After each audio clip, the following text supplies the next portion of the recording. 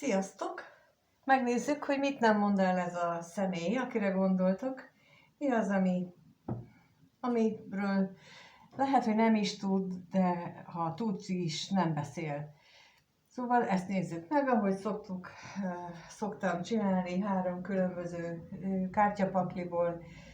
Ez a 2, ez tarókártya, ez pedig a szöveges, ki nem mondott szerelmes érzések kártyája, és 3-3 kérek belőle, és hozzá is kezdünk mindjárt, kérem is a lapokat, hogy mi az, amiről nem beszél ez a személy, akire gondoltok, de mégis jó lenne, ha tudnánk róla, hogy mi történik vele, miről nem beszél, mi az, amit nem mond el.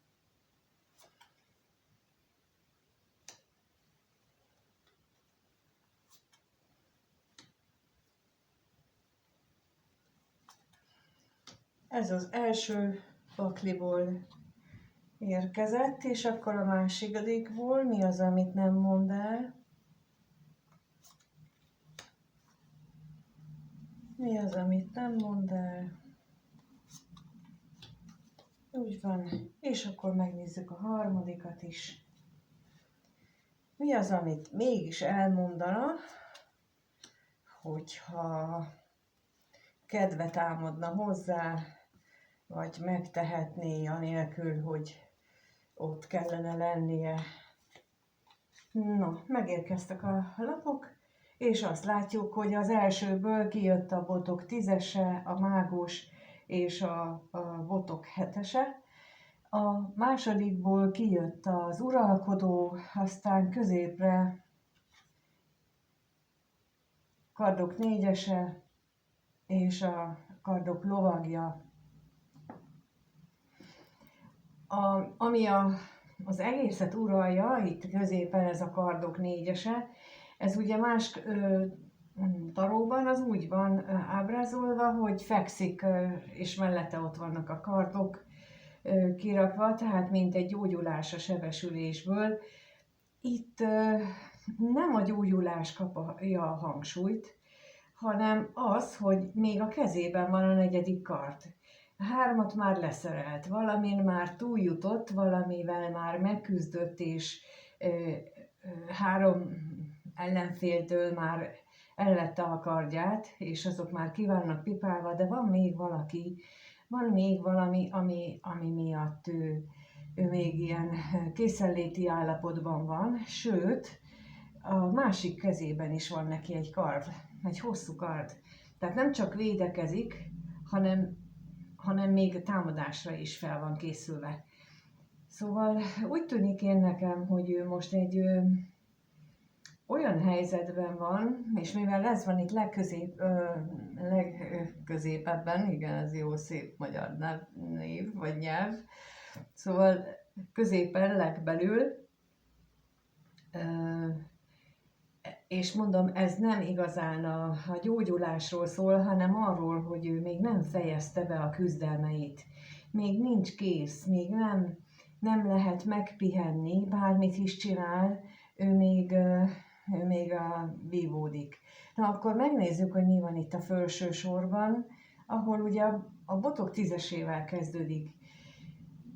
Rengeteg terhet cipel. Ezek a botokat nem a hátán viszi, hanem ott van a hóna alatt. Ugye a másik taróban úgy van ábrázolva, hogy a hátán cipeli a botokat, viszi másnap, vagy a saját terhét. Itt tulajdonképpen olyan, minthogyha vinné a botokat ahhoz, hogy majd ő itt körbevástyázza vele magát.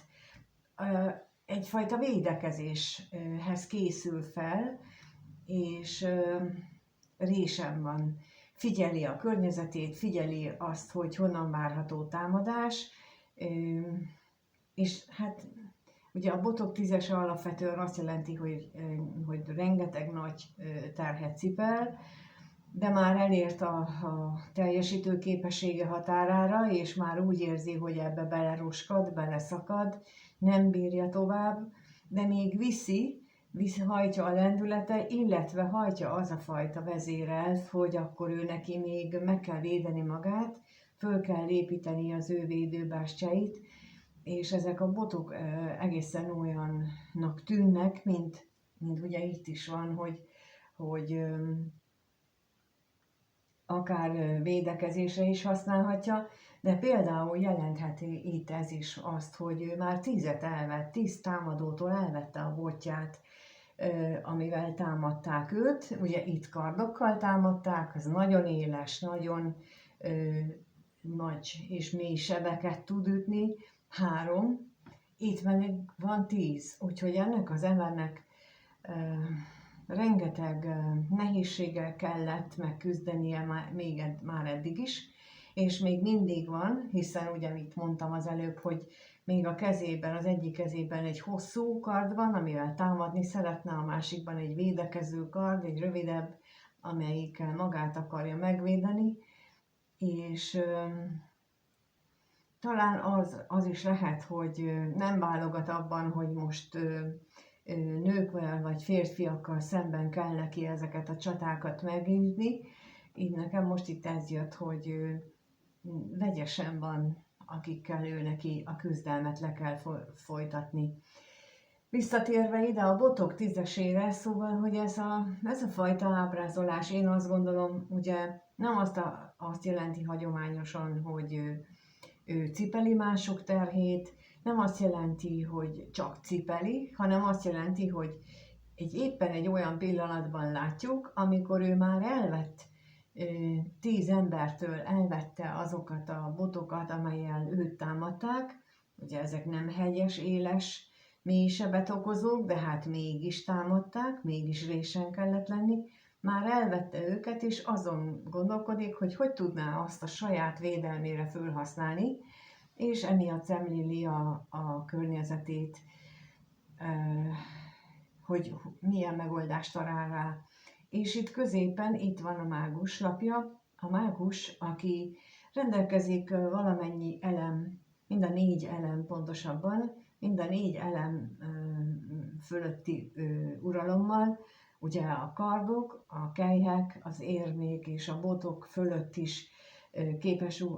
uralkodni, vagyis képes őket felhasználni a saját mágiájához, a saját varázslatához, és ez most a végtelen jel, ugye itt van fölötte ez a végtelen jel, az, ami felhívta magára a figyelmet, hogy ő most úgy akarja ezeket az eszközöket felhasználni, hogy abból neki élete végéig, vagy örök életére, ki mit gondol, egyfajta védelmet tudjon magának felállítani azokkal szemben, és hát mindenki mással is szemben, akik majd ezután őt még támadni fogják. A mágus itt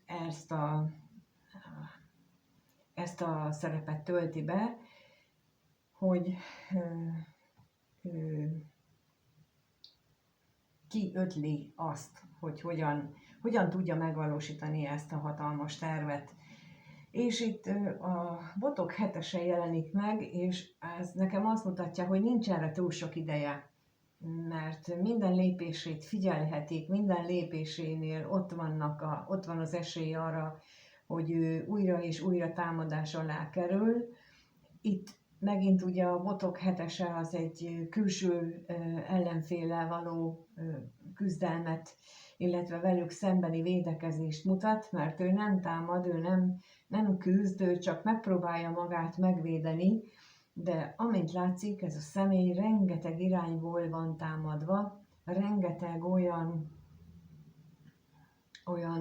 halmozott fel az élete vagy előző inkarnációi során, ami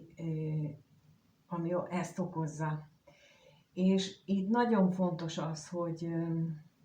például, ha ez azt jelenti, hogy ő neki van egy olyan karmikus terhe, amit ugye már előző inkarnációkból is hozott meg, még ebben az inkarnációban is sikerült neki ügyesen hozzápakolnia, akkor azt jelenti, hogy neki muszáj lenne itt a mágussal valami olyan megoldást találnia, amivel mind a karmikus terhektől meg tud szabadulni, mind pedig biztosítaná a következő inkarnációkra azt, hogy többé ezek a nehézségek már ne jöjjenek vissza az ő életébe, illetve megoldja ezt a karmikus feladatot. Ugyanis a karmikus feladataink jó része abból áll, tehát a feladataink, inkább így mondom, az életfeladatunk jó része abból áll, hogy a karmikus terheinket lerakjuk, de mivel a szellem fejlődésének a céljából születünk, és ez a szellemi fejlődés, ez nagyon nem mindegy, hogy történik,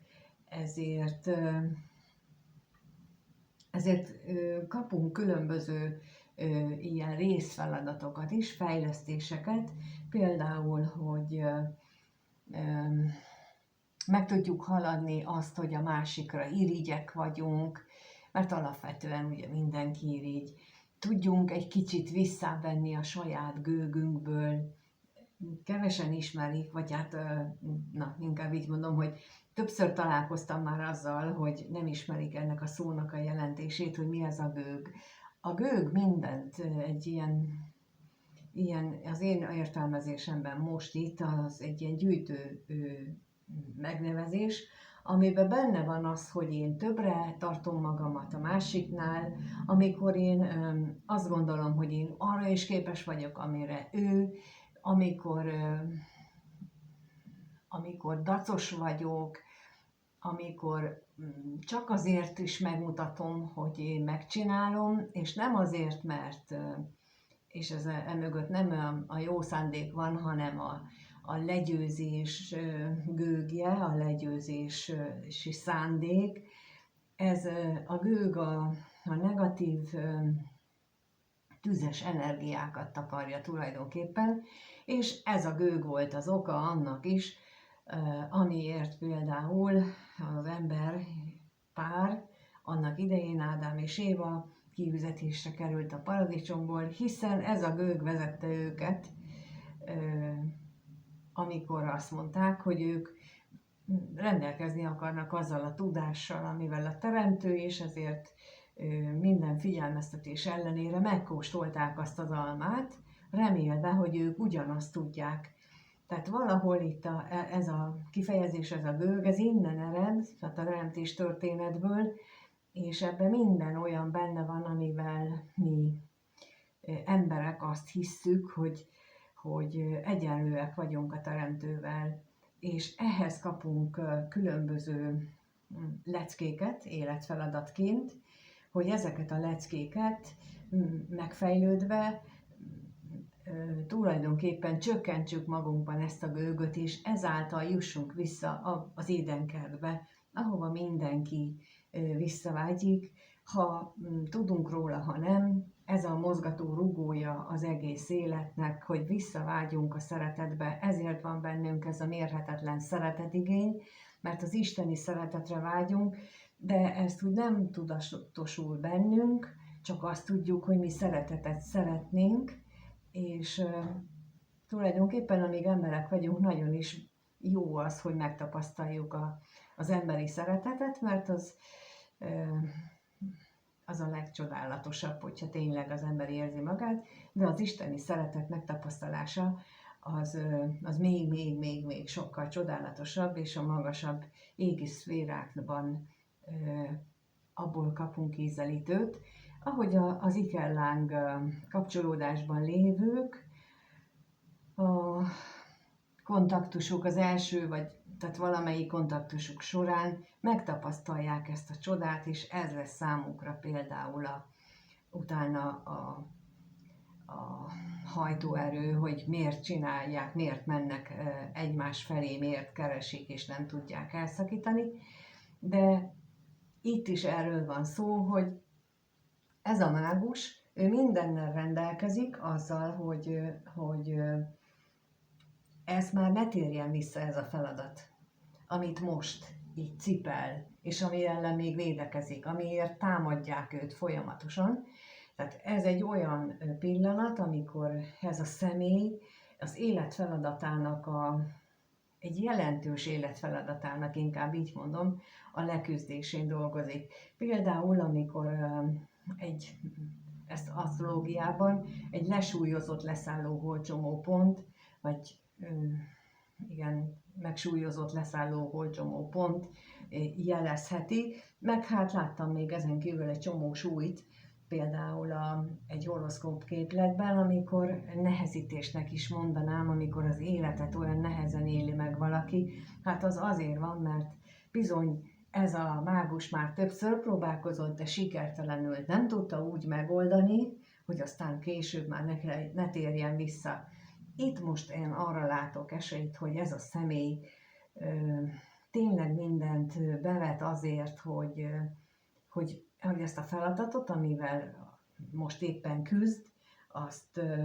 úgy hajtsa végre, hogy már ne jelentsen számára veszélyt.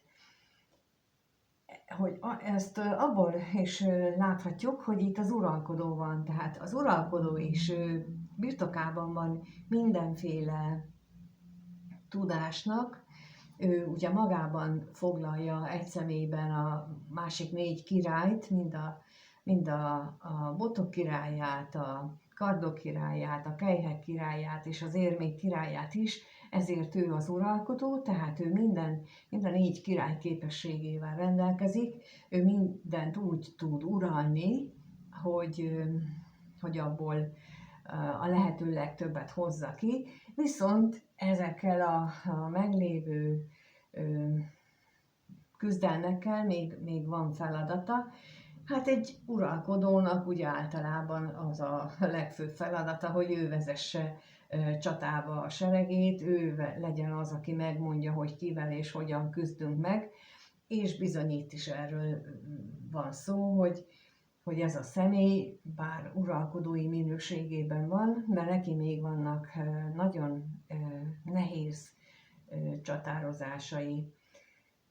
És itt a kardok lovagja az, aki belovagol a végén, ami azt jelenti nekem, hogy nem biztos, hogy kellő alapossággal járja ezt most ő körül. Lehet, hogy ha meg akar hamar szabadulni a terhétől, és nagyon nagy az esély annak, hogy ez az uralkodó vagy a mágus ismét csak elkapkodja a dolgot, ahogyan tehette már mondjuk egy lesúlyozott holcsomónál, mert hogy elfáradt, rengeteg küzdelemben volt már része, és egyszerűen belefáradt ebbe az egészbe, és ez a kardok lovagja, ez jelentheti ezt is, hogy óvatosnak kell lennie, vigyázni kell, ne kapkodja el itt a cél előtt, hiszen most annyira az látszik, hogy minden esélye megvan arra, hogy ő tényleg be tudja fejezni, túl tudjon lenni ezen a nehéz karmikus körön, csak ne kapkodja el. Hát remélem, hogy ez sikerül neki. Ez az, amiről ő nem beszél, úgyhogy most megnézzük azokat a lapokat, amiről beszélne, hogyha ő ezt most megtehetné. Na és akkor megnézzük az elsőt. Az első kártya szerint azt mondja, hogy attól tartok, hogy ez a te utad, és egyedül kell végigmenni rajta. A második kártya azt mondja, hogy ideje megszabadulnom, kilépnem ebből a sötétségből, amiben jelenleg van, és akkor a harmadik pedig azt mondja, hogy talán neki is egyedül kell végigjárni az útját. És ez nagyon-nagyon passzol oda, amit eddig mondtam, mert az első kártyánál ugye azt gondolja, hogy te neked a saját utadat is egyedül kell végigjárnod, ő nem tud ebben segíteni, és ebben nagyon is bölcsen fejezte ki magát, hiszen mindannyiunknak egyedül kell megküzdenie a saját feladatainkkal, mindannyian ezért születünk, és mindannyiunk hozunk karmikus terheket, és azt sem tudjuk áthárítani, vagy segítséget igénybe venni azoknak a terheknek a letudásában, mert az a mi saját terhünk. És bizony ő arra is rájöhetett már, hogy ideje lenne abból a sötétségből, ahova ő most keveredett, vagy ahol ő most van, abból ideje lenne most már kilépnie, és bizony az is azt is felismerhette már, hogy neki egyedül kell megoldani ezeket a terheket, hiszen, mint mondtam, itt is azt a Botok tízesénél, hogy ő körbenéz, lehet, hogy azért is, hogy honnan jön a veszély, de azért is körbenézhet, hogy mint ahogy azt is mondtam, hogy hogyan tudja és hol tudja ő az ő saját védelmi bástyáit felépíteni, hogyan tudja ő ezentúl megvédeni magát, és a lehetőségeket szemléli, úgyhogy amikor ezt mondja, hogy talán neki is egyedül kell végigjárnia az útját, és egyedül kell végigcsinálnia, akkor ez azt is jelenti, hogy kezd ráébredni, hogy ne várja az égi csodát, ne várja a sült galambot, hanem neki magának kell megtenni azokat a lépéseket, amelyek őt meg fogják védeni mindenféle bajtól és nehézségtől. Köszönöm, hogy itt voltatok és megnéztétek, és remélem, hogy valami támpontot adott nektek most újra, arról, hogy ez a személy éppen milyen szituációban van, illetve talán ti is hasonlóban vagytok, mert mint ahogy itt az első lap mutatta, ő úgy gondolja, hogy a te utadat neked kell végigjárnod, valószínűleg felismerte a sajátjával párhuzamosan azt is, hogy neked is hasonló nehézségek vannak az életedben, és ezt az életút nehézségeket meg kell oldanod, de egyedül, úgyhogy ezért is remélem, hogy valami útmutatású szolgált a saját életutathoz is ez a kirakás. Köszönöm, ha kommentben megírjátok a véleményeteket, a lájkokat és mindenféle interakciót köszönök, és a leírásban megtaláljátok az elérhetőségemet, meg minden egyebet, amire szükségetek van. Köszönöm, és mindenkinek minden jót kívánok, sziasztok!